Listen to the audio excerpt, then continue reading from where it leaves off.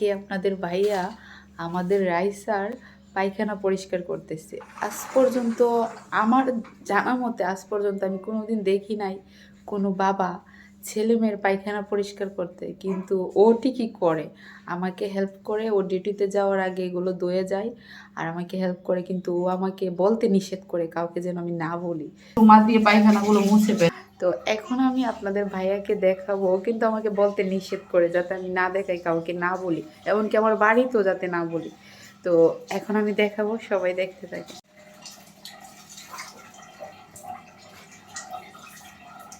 সবাই দেখতেছেন, আমারও তো ভাই আছে।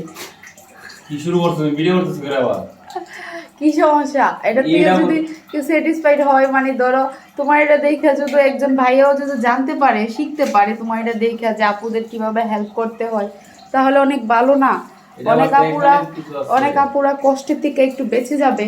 তো আমারও তো এই দেখেন পায়খানা, যে আমারও তো মনে করেন ভাই আছে, আমার দুইটা ভাই।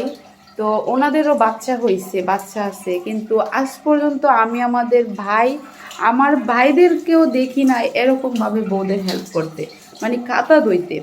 কিন্তু আল্লাহর কাছে হাজার হাজার শুক্রিয়া, আমি এমন স্বামী পাইছি, ও সব কাজে আমাকে হেল্প করে। এমনকি আমার বাচ্চার কাঁথাগুলো ধুয়ে রাখে, ডুমাগুলো যেগুলোতে বাবু পায়খানা করে, ওইগুলোও আমাকে ধুয়ে হেল্প করে। কারণ আমি অনেক সময় বাবুকে নিয়ে অনেক ব্যস্ত থাকি, রান্নাবান্না নিয়ে, বাবুকে নিয়ে, সেজন্য ও ডিউটিতে যাওয়ার আগে সকালে এগুলো আমাকে ধুয়ে দিয়ে যায়, তারপর আমি রোদ দিয়ে দিই।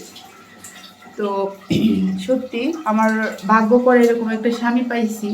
তো সবাই দোয়া করবেন আমাদের জন্য, আমাদের মেয়ের জন্য, আর যাদের ছোট বাবু আছে, বেবি আছে, তাদের জন্য আমার দোয়া রইল, তাদের বেবি যেন ভালো থাকে, সুস্থ থাকে। আর ভাইয়ারা আপুদের এরকমভাবে হেল্প করবেন।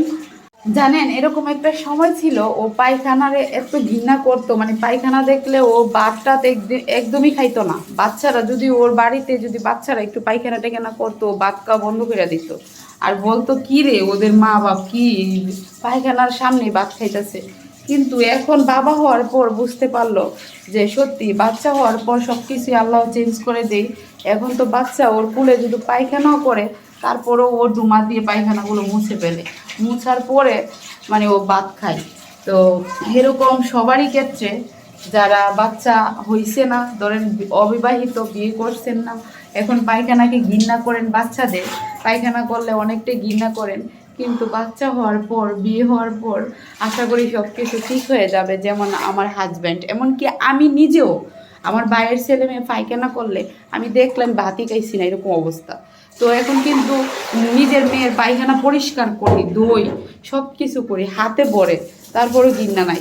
তো এটাই নিজের সন্তানের প্রতি সব বাবা মার এরকম ভালোবাসা। আমার ভিডিওটা বানানোর মূল উদ্দেশ্য হলো, আমার স্বামী, আমার হাজব্যান্ড আমাকে যেভাবে হেল্প করে, আমি তো অনেক সময় ব্যস্ত থাকি, বাবুকে নিয়ে এমনিতে রাত্রে ঘুমাইতে পারি না, আর বাবু ঠান্ডা লেগে যায়, সেজন্য ও চাই সবসময় আমাকে হেল্প করতে।